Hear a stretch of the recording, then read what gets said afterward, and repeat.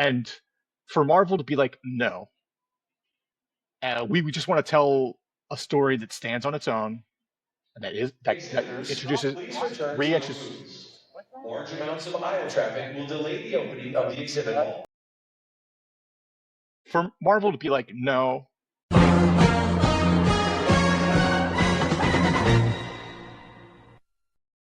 What's going on, everyone? I'm Phil, along with Joe. Hey Phil, how's it going? So I don't know if you can tell, but I'm not in one of my normal spaces. I am at San Diego Comic-Con in our digital PIMP booth. So we'll move aside for the banner. And the tower of shirts. Yeah. The wall of shirts.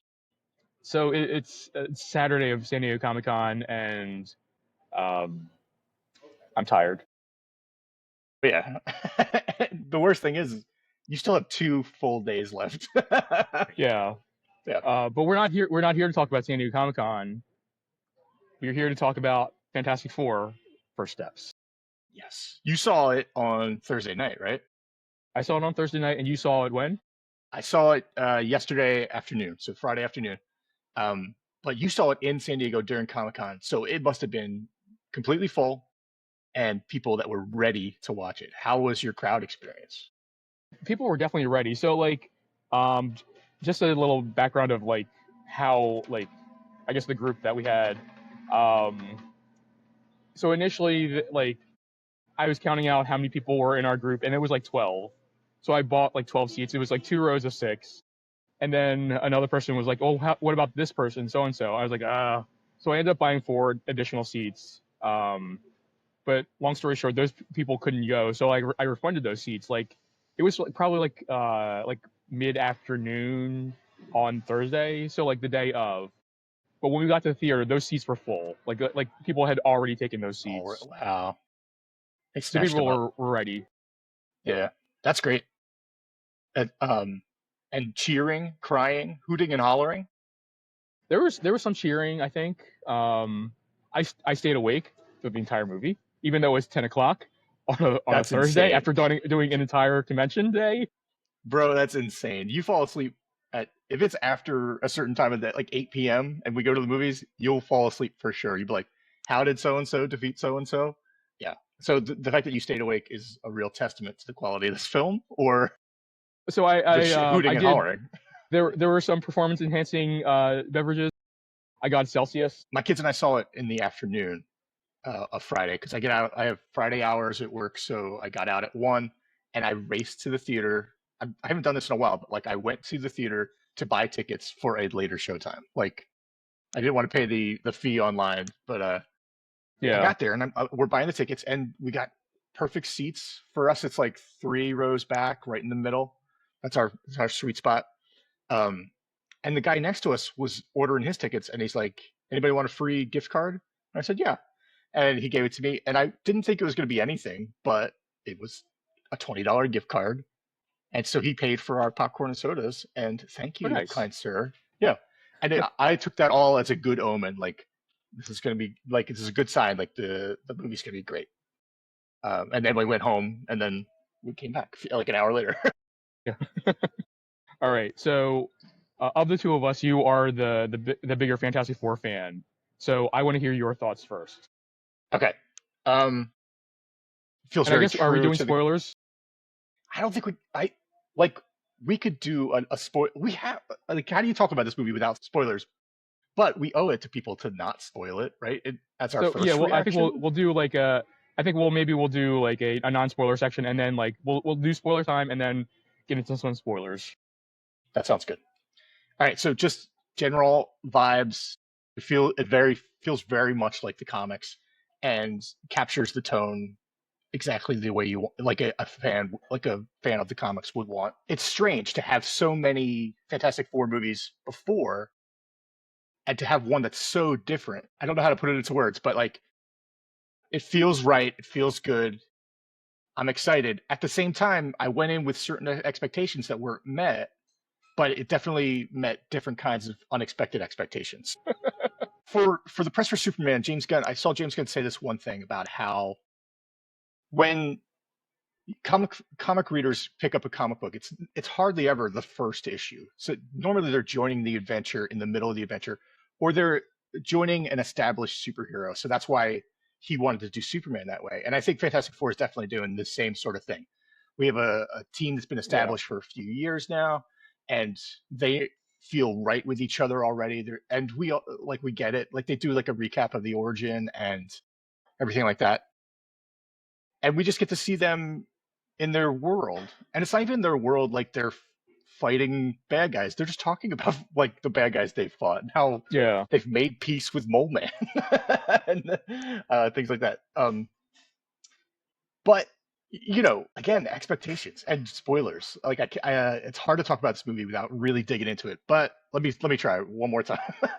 Action is good, but rare. Like there's not too many fights. It's a lot of like space action or like it's not people punching each other all the time. Galactus looks amazing.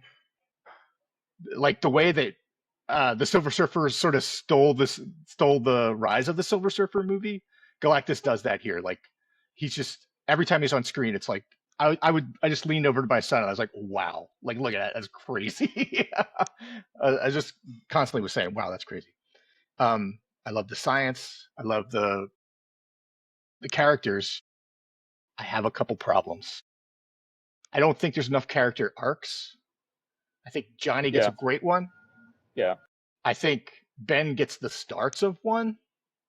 Like he's got this whole relationship with with Natasha Lyonne's character, this woman outside, and they sort of establish him as his character. He's like, I don't want things to change. I love, I like things being the same. He's nostalgic for that life. And but Sue and Reed have kind of a storyline, but not a complete arc. And we'll talk about it more in spoilers. Because what did you think, Sir Spoken? Please sum it up better than I did. So I mean, I will say, like, I liked it, but I didn't love it. I thought it was very good, but I didn't think it was great. Like it does a lot of things right, I think, and I think it does a lot of things differently, which is great. But like I feel like it doesn't quite hit I don't know, it doesn't hit the highs that like I guess I would have expected. I don't know. Okay. It is like with the arcs. I think you're spot on. Like I had that same opinion like after the movie. Like I think one of the things that they do really well is like building the whole world, because it is it is very different from what we've seen in the MCU. And the thing I like most about this movie is that it is a very standalone movie. You could watch just this movie and not have to watch any of the other MCU movies that have come before, or maybe even after. Although they do tease something at the end, as they are wont to do, because it is an MCU movie. But yeah, like I don't know. I think it's a good it's a very good movie. It's not a great movie.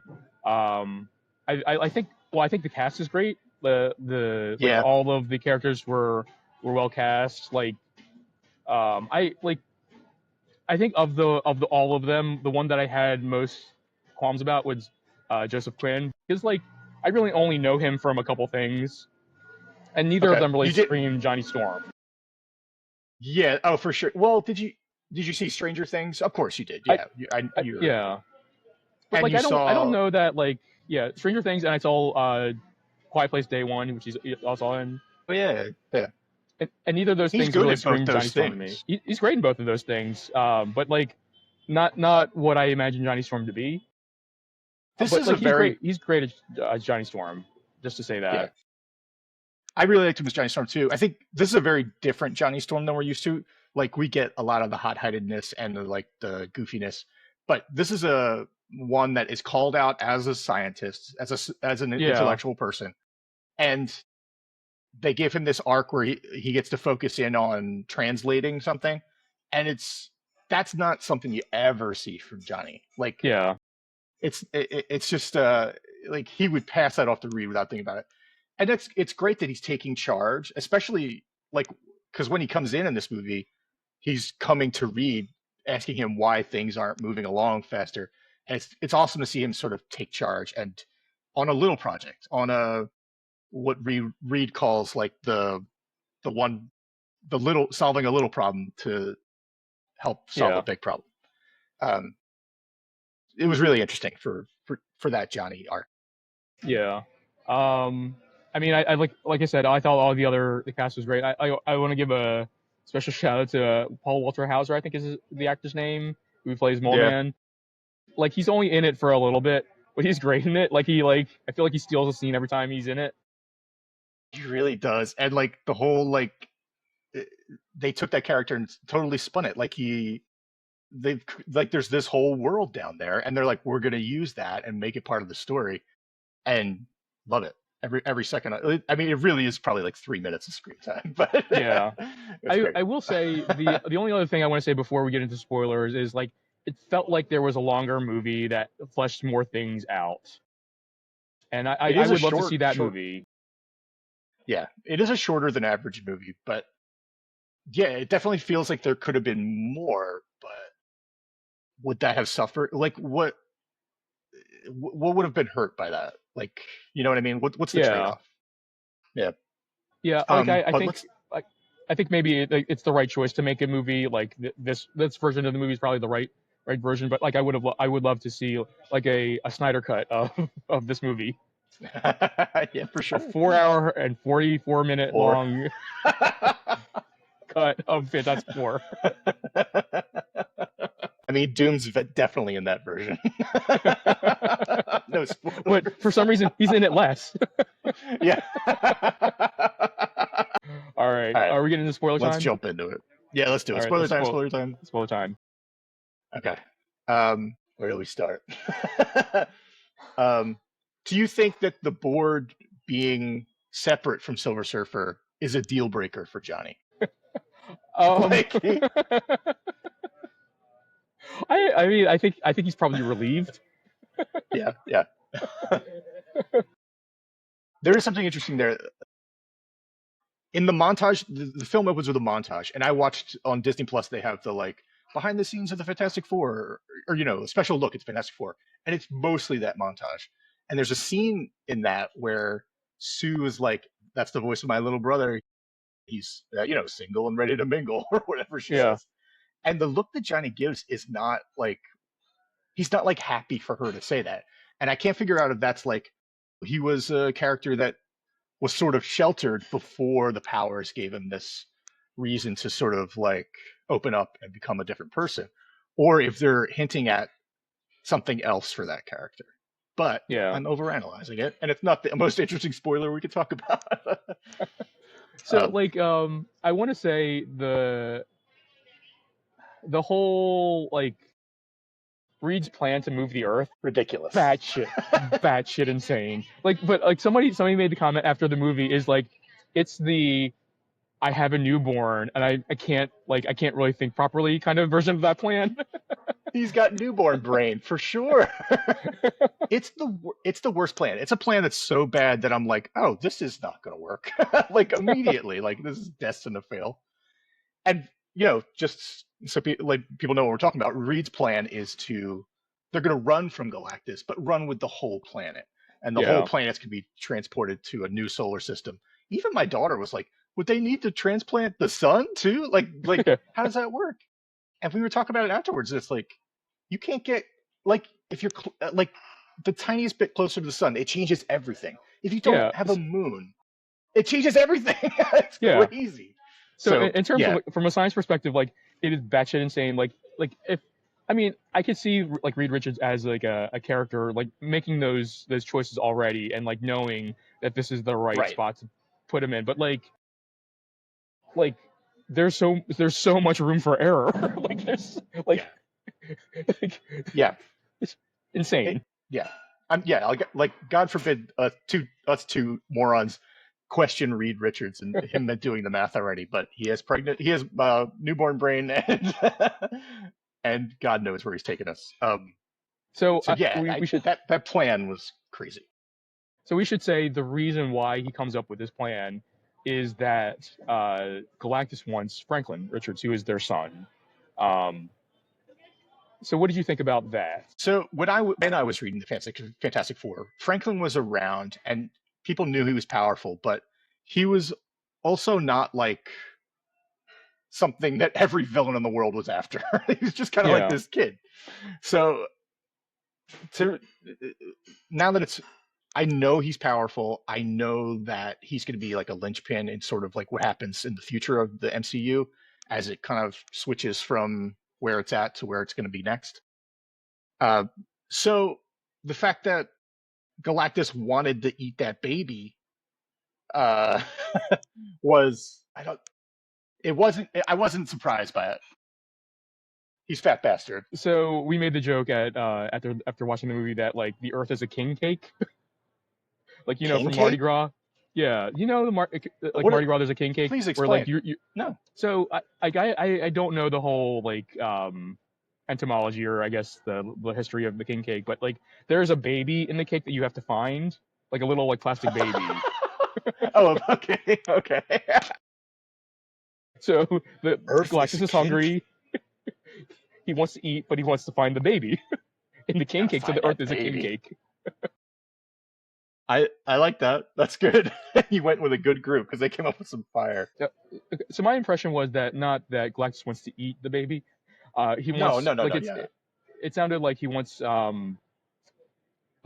his existence to end, and like Franklin is the next step. Right, like he finally sees a way out, and God forbid he sacrifice himself to stop the hunger. But maybe the hunger is one of those things that has to continue whether or not there's a host, and it'll just find a host.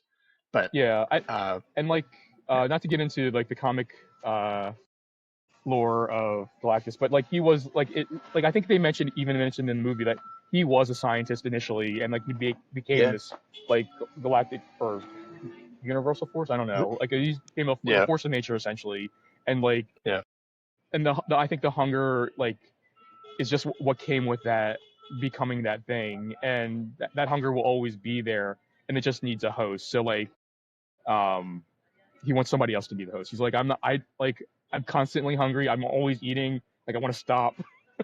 This is not good for me. Give me that baby. I would have loved. Maybe it's wrong for Galactus, but I would love a Galactus flashback. Just a couple minutes. Give us let's see him as a person before he became the force of nature. They do give us a Silver Surfer flashback, but it's her and a child walking on a beach. Yeah. I wanted more. I don't know. I want to know what she was fighting for instead of just like a random child. Like, so if there is a longer cut of the movie, let me see that Shalabal whole origin story told like in a city, like the other people, like that kind of stuff. And I wonder, like now, do you think it was like a budget constraint where they're like, we spent all this money on creating a retro futuristic 60s, like we have to create a whole other alien world? Like, how about the kid just on a beach? Yeah. Maybe how about that beach right there? Like, look out the window. It's true. There's money all over the place on this, and like if it had failed, like it would have been ridiculous. So yes, I didn't think about it, but the money restraints totally make sense. And now that if it is a hit, then give us more in the next one. Give us a little more, because like Silver Surfer doesn't have the same presence that that the Silver Surfer did in the Rise of the Silver Surfer movie. Even she's very I like Julie Garner, and she's very cool in this movie, and there's a couple scenes, but it's definitely not about her. I mean, maybe Galactus overshadows her so much so that when she comes in at the end to like knock the Human Torch away, which he was in a moment where I was like, all right, Johnny's doing it. Johnny has a real storyline. And she's like, no, you don't. I was like, oh right, Silver Surfer's in this movie. Yoink. So this movie doesn't do the Silver Surfer true justice, but it's not her movie. I just hope they give him time to shine in another movie. The way that Marvel does their movies now, like they jump so far in between movies, and they let us speculate for 4 years, and then they're like, oh, we're not even thinking about that anymore. We're kind of it's just this. It's just like, no, I Yeah. want give me more. But I could be in the minority if they give me more camp. Well, because like you were mentioning about the whole like Ben Grimm arc with Natasha Lyonne's character, and like when you were saying that, I was like, oh, are they ever gonna follow up on that? Maybe not ever. Maybe not. Yeah, Which kind it's of is definitely a shame. possible. Yeah, because you want him to grow, and we're like on the verge of seeing a version of Ben Grimm we've never seen before in film. Like, I mean, not to mention the beard. How crazy was the beard? um. So yeah, there's like if Marvel 20 years from now, someone's like, "Do you remember the MCU?" And they're like, "Oh yeah. Lots of hanging threads that were never fulfilled." And it's like, "Yep, that's the one." I feel like that's justified. What do you think about the choice with Sue at the end? I guess her like overpowering Galactus or the aftermath of that. Oh, I was totally okay with her overpowering Galactus. Yeah, as was I. Yeah. Sue is the powerhouse on the team. Doesn't get enough credit for being so, but she's the most powerful member of the team. So her doing that totally works. Her having like a stroke doing it totally works. Like I get it. Yeah. I was waiting for the nosebleed. Like, come Yeah. on, give us what we're here something. for. I need some visual indicator that she's about to die. She had X's over her eyes. So when that happened, I was like, okay, y'all crazy. You're gonna pull something like this. And it wasn't until I was like, they're doing it. Like he's trying to revive her. It's not working. I was like, good for them. They're really taking a risky thing. And then the baby, they hold up the baby, and I was like, and as soon as they put him down on her, I was like, okay, she's coming back. Yeah. And that's a good choice too. Yeah. Like I'm not mad at it. Like we're allowed to have happy endings. So, would you agree with that, or were you kind of rooting for her death? I don't know. Like I don't know, because I feel like there's a lot of fake outs, except for I think the Thing is the only one that doesn't get a fake out of like potential death. You know what I mean? Like yeah. So like I was okay with them bringing her back, and I do think it was her being brought back. Like, and it's interesting because if you're not familiar with the Fantastic Four, like what do people think happened in that moment? Right. Because like you and I know, like Franklin Richards is all powerful. I think he's got reality altering powers in the comics, and I'm assuming something similar is happening here. Like if like do people who don't know the Fantastic Four like, I guess she was sleeping. Yeah. I mean, it's a good thing that Galactus mentioned how much power he had, because can you imagine how the three of them would have felt if she just popped up with her eyes? Yeah, I mean, it's good. It's good that she's back, and it's good that they're really kind of setting up Franklin as this powerhouse, even as a baby. Yeah. The power's there. Everyone's going to want the power. He's going to become this magic football that everyone's trying to get. Let's talk a little bit about the fake out. So like, okay. So like when Galactus has like Reed Richards like between his fingers, I mean, I thought that was great. Like it was horrifying. But also I thought he was waiting for him to be like, yeah. Yeah. I think everyone was. Yeah, we're just waiting for it. But that's not how he works, really. It's not a rubber band. He's, he would just be like, and the body would be like, just falling down. Well, I mean, if you let go once and then the other, like he would, like the force of this end like coming this way, and if you let go at the right moment, like he would fly. And that's just how physics works. It's just how physics works. There's that fake out. Then like we mentioned Johnny Storm, and then like Sue at the end. But Ben Grimm, the Thing, never gets that moment. Like I guess he does get flung pretty far. Yeah, I mean, and that's great. That's really cool. Yeah, he's definitely taken a backseat in this movie. Yeah, and maybe in the next movie he'll get a proper storyline, or he'll get to see that girl again. Yeah, I had like some of the expectations I was talking about though sort of involved that like I went in this movie being like, or like even my kids were like, how do they come to our universe, the main MCU universe? And I was like, well, we'll probably know in an hour. I really thought we were going to see that, like, to know. Like, I thought Yeah, that movie was going to end on a down note with Galactus winning and destroying the world, and them yeah, having to like flee.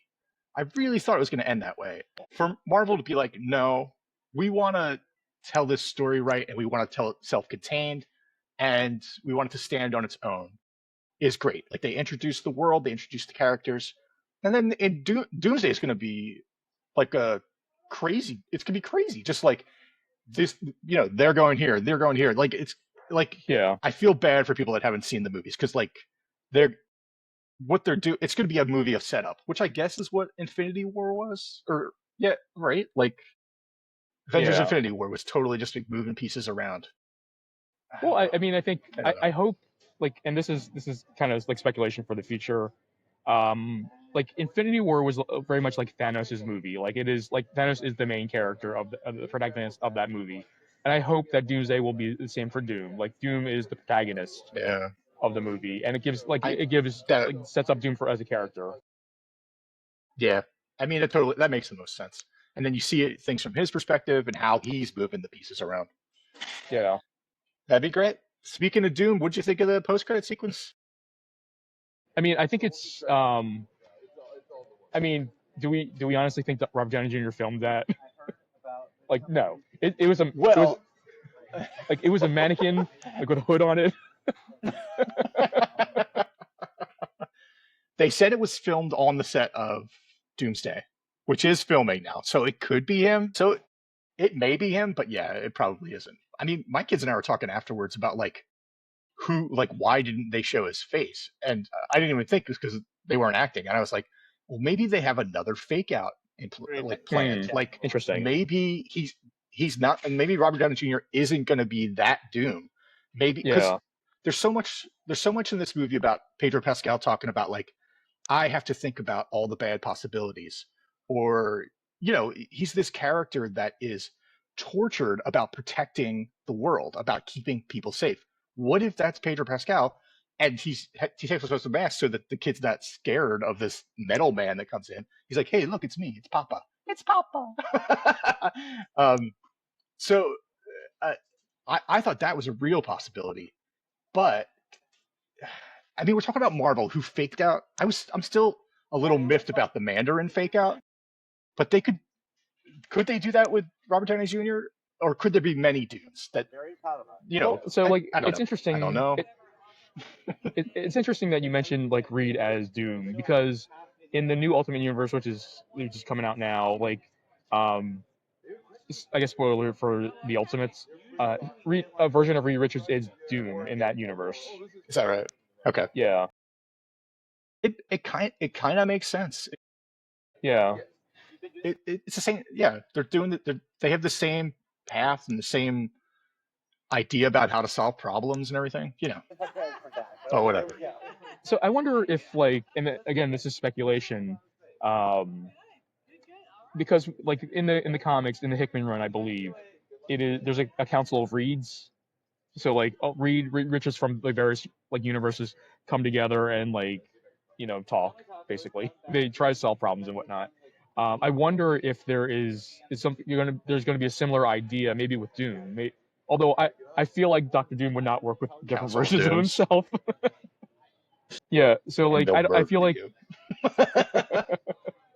I feel like any version of Doom would not work with any other version of Doom. You know what I mean? Like I feel like that's like it Absolutely. feels like it feels like a part of his character. And honestly, that's the one big difference between Doom and Reed.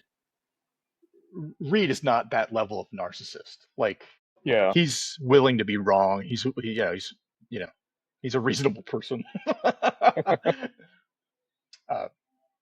I feel like we could talk about this for another million half hours, but Yeah, and maybe we will do another video where we go deeper into Fantastic Four, since I think probably, especially you, who has a lot of Fantastic Four knowledge,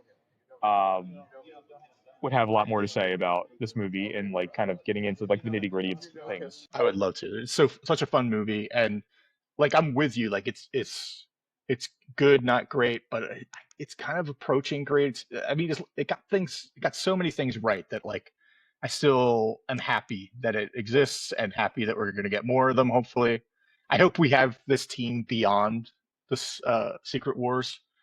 Yeah. Yeah. Yeah, so I'm excited to see what they're going to do with this version of Fantastic Four. And like, I was thinking about it just now. Is like, is it possible that they will keep them in their own universe? I think the assumption is like after Secret Wars, everything's going to be mashed together, and then they'll be in the main MCU. But like, is it possible that they just keep them separate? I don't maybe not, but mean, like they've been because you wanting want to to see have them them. part of the world for so long. Yeah, But I don't know. It'd be interesting if they're like, "Hey, we saved the multiverse together.